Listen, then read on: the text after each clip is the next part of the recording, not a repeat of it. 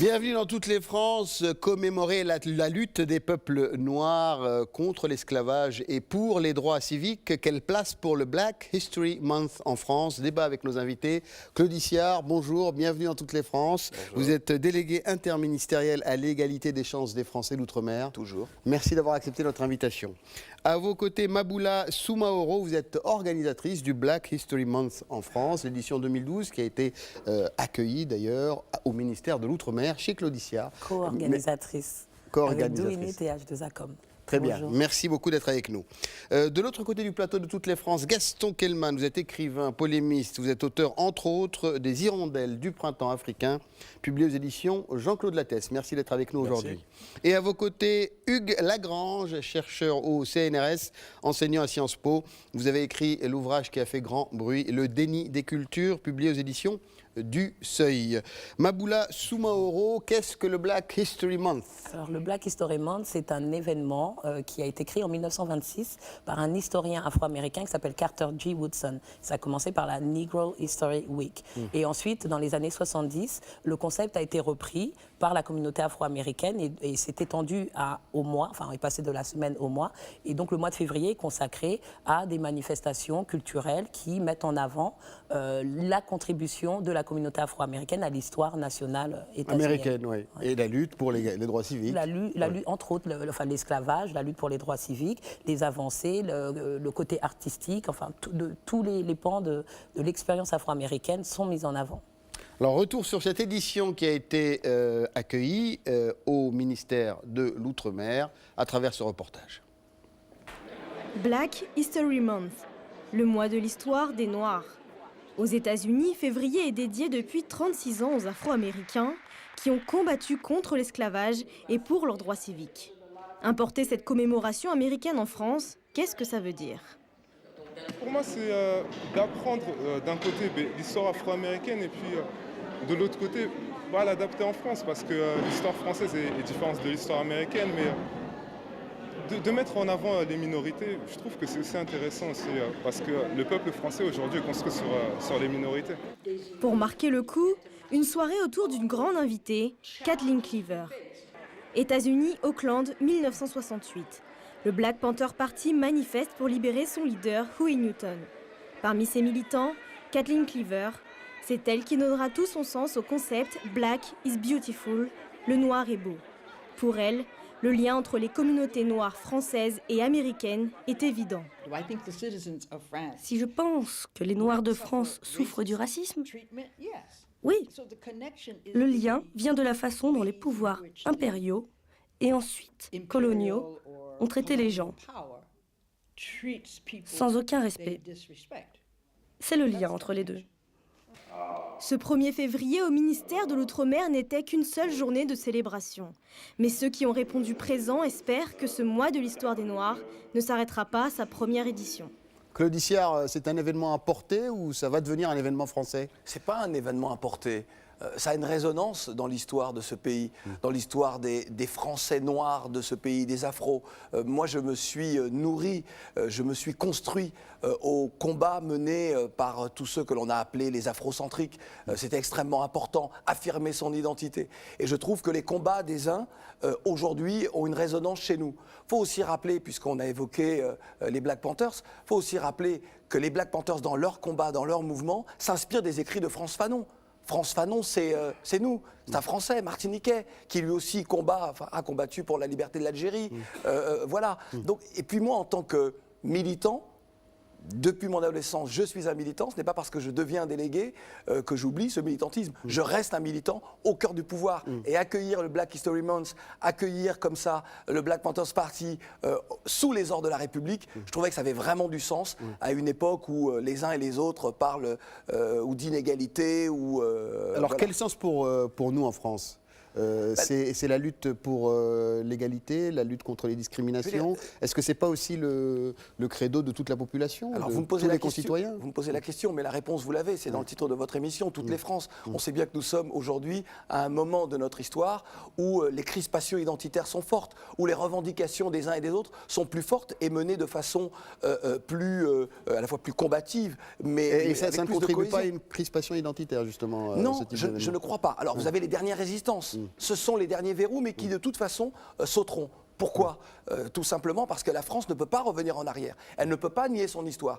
Kathleen Cleaver l'a évoqué tout à l'heure dans le reportage. C'est l'histoire de l'esclavage, c'est l'histoire de la colonisation, c'est l'histoire aussi, c'est l'héritage de tout cela, des discriminations que subissent les Noirs, quel que soit le pays dans lequel ils sont. Donc, alors ce sont des Noirs qui se battent pour les droits des Noirs dans une France qui est aveugle aux couleurs. On est plus dans une dimension plus universaliste, je crois. Et on le voit dans le combat des Black Panthers. Les Black Panthers, ce n'est pas un combat de Noirs, c'est un combat d'une catégorie de la population américaine, face à la ségrégation. Et on voit bien, par exemple, les Black Panthers, leurs avocats étaient souvent blancs, ce que d'autres Noirs leur reprochaient. C'est un moyen de lutter ou de combattre un certain nombre de préjugés, de clichés, ou au contraire d'entraîner quelques crispations, puisque c'est une composante qui célèbre son histoire. Évidemment, je regrette déjà de n'avoir pas été associé à l'événement. J'aurais bien voulu y être moi aussi. En tant que Noir ou en tant qu'intellectuel ? En tant que Français, en tant que membre, partie prenante du débat. Bon, ceci dit, j'apprécie que ce genre de mouvement puisse être amené par des gens qui pensent que ça peut nous apporter quelque chose. Cela va sans dire. Pour ma part, j'ai toujours été de tous les combats dont je pensais qu'ils avaient un sens à un moment donné de l'histoire. J'ai été dans la mouvance Black Panthers, j'ai été dans la mouvance anti-apartheid, j'ai été vraiment souvent associé par la chance, parce que je me trouvais par exemple en Angleterre à l'époque où ça chauffait, que ce soit Stokely Carmichael, Eldridge Cleaver, Angela Davis évidemment, les Soledad Brothers, tous ces gens-là, leur littérature, je l'ai lu dans tous les sens. Bon, maintenant nous sommes en France. Est-ce que le combat est le même? Je pense que pas vraiment. Je dis que si nous amenons cette commémoration par solidarité avec le combat noir américain, comme on pourrait amener même, comme on peut avoir ici participé à d'autres solidarités, je dis d'accord. Mais je dis que notre histoire, par exemple, n'oublions quand même pas que depuis ces années 20-là, l'Amérique noire s'est construite comme partie ethnique de l'ensemble américain. Avec la Renaissance de Harlem, il y a bien eu cette volonté de créer une ethnie.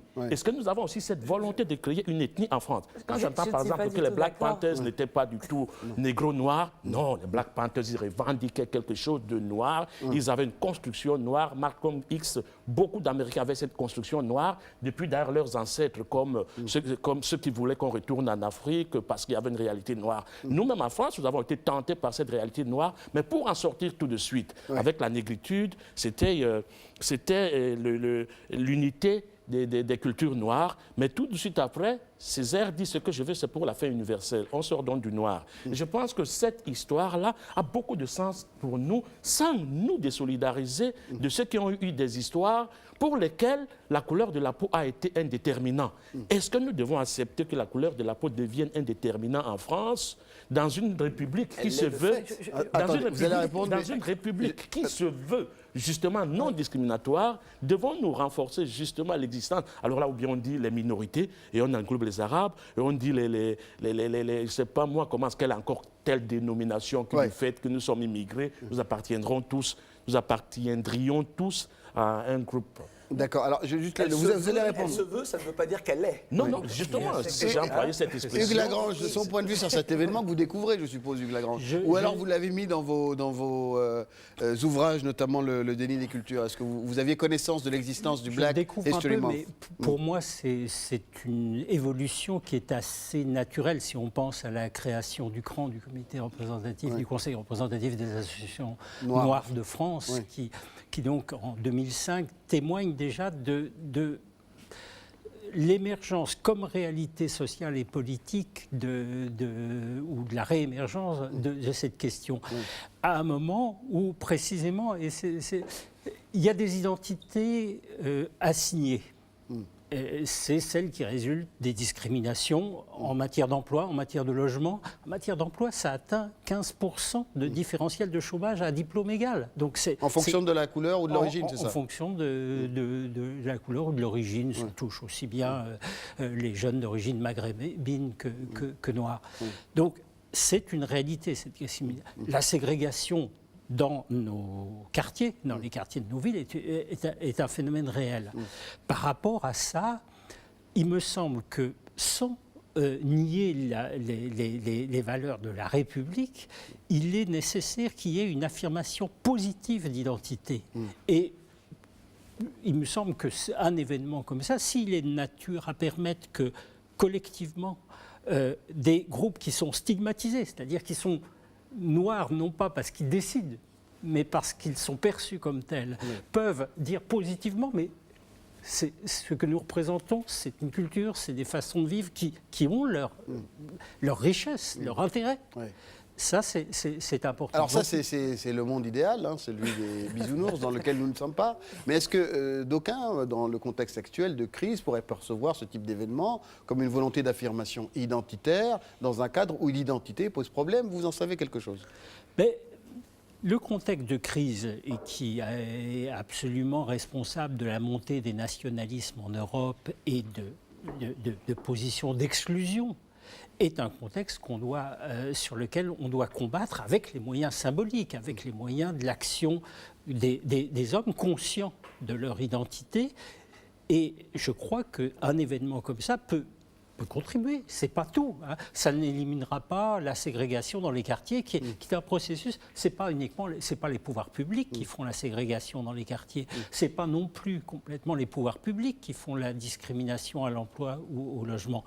Ils peuvent y contribuer partiellement. Mais c'est inscrit dans les tréfonds d'une société qui a peur devant l'ouverture du monde, la mondialisation, etc. Donc, il y a des actions collectives à mener pour éroder cette peur, pour éliminer, c'est trop optimiste, mais pour réduire cette peur.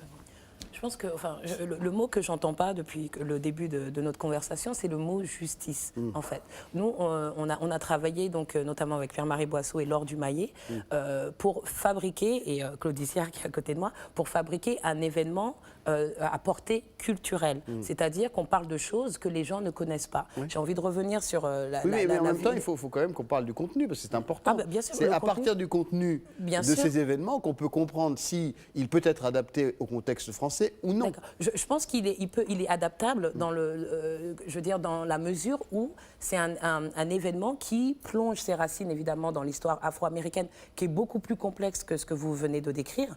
Mais je veux dire, on est là pour ouvrir et faire en sorte que les gens Alors soient donnez-moi un exemple d'événement qui serait emblématique d'un Black History Month français. Je pense que par exemple nous en France depuis quelques années nous célébrons l'abolition de l'esclavage avec la loi Taubira du 10 mai, et je pense que par exemple si on arrivait à déceler dans notre histoire française, et vraiment l'histoire large qui ne s'arrête pas à la métropole, enfin la France métropolitaine, si on arrivait à déceler une série de dates qui feraient écho à notre expérience nationale, je pense que là on aurait fait un pas en avant et on aurait gagné. Et évidemment on a parlé de crispation identitaire, mais je pense que ces crispations identitaires, elles ne seront réglées que lorsque justement la justice sera mise en avant, c'est-à-dire qu'on vient compléter le récit national. On ne vient pas s'opposer, on ne vient pas revendiquer uniquement, on vient peut-être rétablir un équilibre entre ce qui est dit publiquement, entre ce qui est enseigné, entre ce qui est vécu et la réalité et de l'histoire et des populations qui sont consacrées.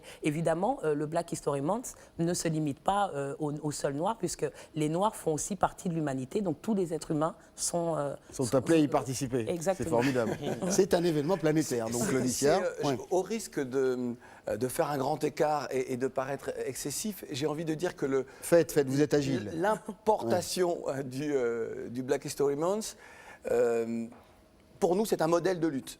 Très clairement, c'est un modèle de lutte positif qui a permis des avancées au sein de la société américaine, avec toute la dimension effectivement identitaire, mais pas seulement, politique, sociale et donc culturelle.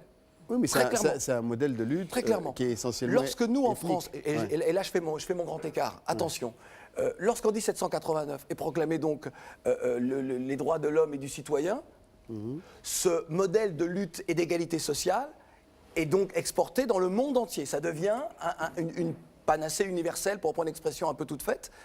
Le Black History Month, pour nous, afro en France, c'est un peu la même chose. C'est-à-dire que ce modèle de lutte et de possibilité, par ce type de lutte, d'obtenir l'égalité est quelque chose d'important. Oui, mais attendez, vous n'avez pas défini le type de lutte, parce que vous avez des institutions, vous avez des pouvoirs, des contre-pouvoirs, vous avez tous les outils pour mener une lutte. Quel type d'outils? Tel qu'on l'a conçu, Attendez, je termine juste ma question, parce que c'est important. Comment vous pouvez qualifier cet outil qu'est le Black History Month dans un cadre où vous disposez déjà, au sein de la République, d'outils pour lutter pour l'égalité? Écoutez, très simplement, c'est vrai, je suis assez d'accord, la société américaine ne ressemble rien à la société française d'aujourd'hui et les réalités sont différentes. On ne lynche pas les Noirs aujourd'hui dans le Sud ou dans le Sud. Aux États-Unis non plus. Oui, aux États-Unis non plus, absolument. Non, il y a eu un exemple. On fait écho. Il y a eu un exemple cet été. Pas en même temps. Non, mais dans les années 50, dans les années 60, c'était le cas. Au moment où les Black Panthers... Jusqu'en 63, il y avait une discrimination officielle, légale dans les... Et les lynchages, on se poursuit même dans les années 70. Il y a eu des procès pour... Mais aujourd'hui, évidemment, la réalité française est différente. Ce n'est pas parce que la réalité est différente, ce n'est pas parce que ce ne sont pas les mêmes crimes perpétrés contre nous que les inégalités ne sont pas là. Il faut savoir si c'est juste une manière de se remémorer l'histoire ou si c'est un moyen de lutte. C'est pas la même chose. C'est à la fois un moyen de lutte et puis l'histoire nous enseigne des choses qui sont importantes. Je vais vous donner un exemple très concret. Oui, donnez-moi un exemple concret. Alors je suis désolé, je ne ramène pas les choses à moi, mais c'est un peu mon histoire. Lorsque le 21 septembre 1991, pour la première fois, les Noirs français se réunissent devant Antenne 2 à l'époque, avenue Montaigne, pour protester à la suite de diffusion de propos insultants de Charles Trenet contre les Noirs qui disaient « les Noirs, je les aime bien, les Noirs » et tout cela.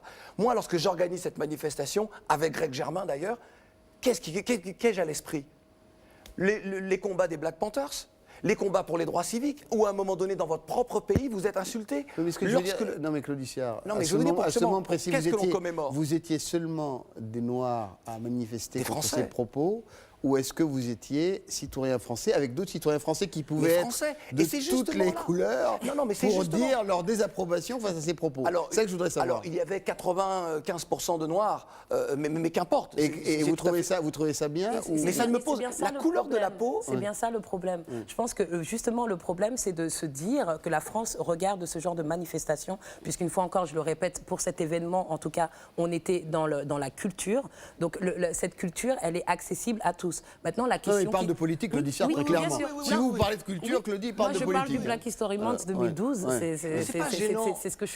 C'est ce dont je suis venu parler aujourd'hui. Pour ce qui concerne le Black History Month, l'erreur serait de croire que cette histoire ne concerne que les Noirs. Maintenant, la question qui se pose, c'est de remarquer à quel point cette question est importante pour les Noirs. Si on parle du combat féministe, par exemple, je pense qu'il est facile de comprendre pourquoi les premières engagées dans ce combat étaient les femmes, puisque c'était les plus touchés. Maintenant, les combats féministes n'arriveront jamais, ne seront jamais aboutis tant que les hommes ne se joindront pas au combat. Mais en tout cas, il est normal que ça commence par les personnes les plus concernées.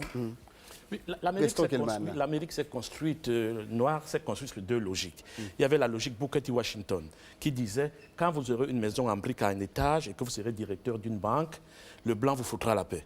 La deuxième logique, c'était celle qui rêvait d'un retour en Afrique ou bien d'une construction uniforme du noir américain. Je pense que l'Amérique noire s'est construite sur les deux logiques. Ayons les immeubles en étage, gagnons sur le domaine économique et culturel, scientifique et tout, et nous serons respectés. L'Amérique n'a jamais contesté le fait, par exemple, qu'il y ait Harlem, un quartier noir, qu'il y ait des quartiers blancs, qu'il y ait des ghettos blancs, qu'il y ait des ghettos noirs, qu'il y ait des quartiers riches, comme en Alabama, n'importe où. On trouve des quartiers riches de blancs, on trouve des quartiers riches de noirs. Et pour vous rassurer, M. Lagrange, peut-être sans vous rassurer, j'étais aux États-Unis, à Birmingham, il y a 2 ou 3 ans.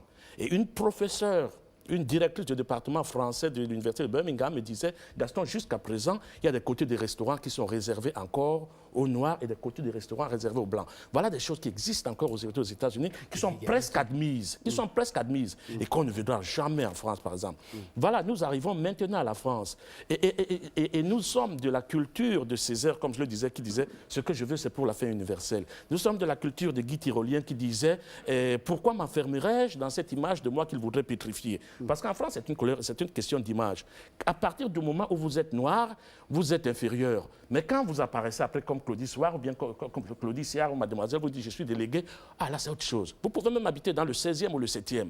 Donc vous êtes en train de nous dire que vous n'êtes plus noir, vous, Gaston Kelman. Non, mais je veux dire qu'à partir d'un certain moment, on n'est vraiment plus noir. Ouais. Où on a qui on peut épouser une blanche, on peut vivre dans un quartier entre guillemets supposé riche ou blanc, on appelle comment ce qu'on veut. Donc c'est à partir de cette finesse-là que, tout en ayant de l'admiration énorme, je ne pense pas que vraiment je n'ai pas une admiration sans faille pour Martin Luther King, pour Malcolm X, pour Eldridge Cleaver, pour Stokely Carmichael, que j'ai une admiration profonde pour le combat de ces gens-là. Mais je dis, est-ce qu'en France, nous allons accepter que justement on nous catalogue comme noirs, ou bien nous allons essayer de sortir de cette espèce de ce que Frantz Fanon, d'ailleurs pour le citer, ce qu'il appelait Hugues Lagrange une va répondre à la livrée. question. Une livrée, c'est une livrée. La couleur noire en France, c'est une livrée. Aux États-Unis, c'est une ethnie. Voilà. Hugues Lagrange. Mais cette catégorisation existe. Cette catégorisation, elle est opérée tous les on jours. entre dedans, Attendez. on en sort. C'est ça ma Attendez, question. Gaston, on va laisser Hugues Lagrange Le répondre.